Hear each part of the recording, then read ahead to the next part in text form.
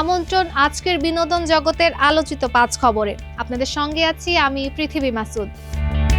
রায়হান রাফির বহুল প্রতীক্ষিত ভৌতিক সিনেমা আন্ধারের শুটিং সেট থেকে নাজিফা তুষির একটি মনিটর স্ক্রিনশট প্রকাশ করা হয়েছে। নির্মাতার এই ফার্স্ট লিক প্রকাশের পর সামাজিক মাধ্যমে সিনেমাটি নিয়ে নতুন করে আলোচনা শুরু হয়েছে। লন্ডনে এক রহস্যময় তরুণীর সঙ্গে শাহরুখ খানের ছেলে আরিয়ান খানকে দেখা যাওয়ার পর থেকে নতুন করে প্রেমের গুঞ্জন ছড়িয়েছে। তবে বিষয়টি নিয়ে এখনো আরিয়ান বা তার পরিবারের পক্ষ থেকে কোনো আনুষ্ঠানিক মন্তব্য পাওয়া যায়নি। জনপ্রিয় ব্যান্ড অ্যাশেজ তাদের নতুন গান ছায়া প্রকাশ করেছে। পাশাপাশি আগস্ট মাসে আরও 2টি নতুন গান এবং নতুন অ্যালবামের পরিকল্পনার কথাও জানিয়েছে ব্যান্ডটি।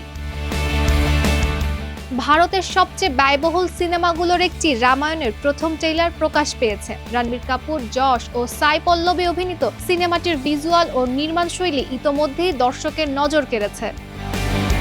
আগামী 1 আগস্ট ঢাকায় অনুষ্ঠিত হওয়ার কথা থাকলেও অনিবার্য কারণ দেখিয়ে অনুপম রায়ের কনসার্টটি স্থগিত করা হয়েছে। আয়োজকরা জানিয়েছেন টিকিট ক্রেতাদের সম্পূর্ণ অর্থ ফেরত দেওয়া হবে।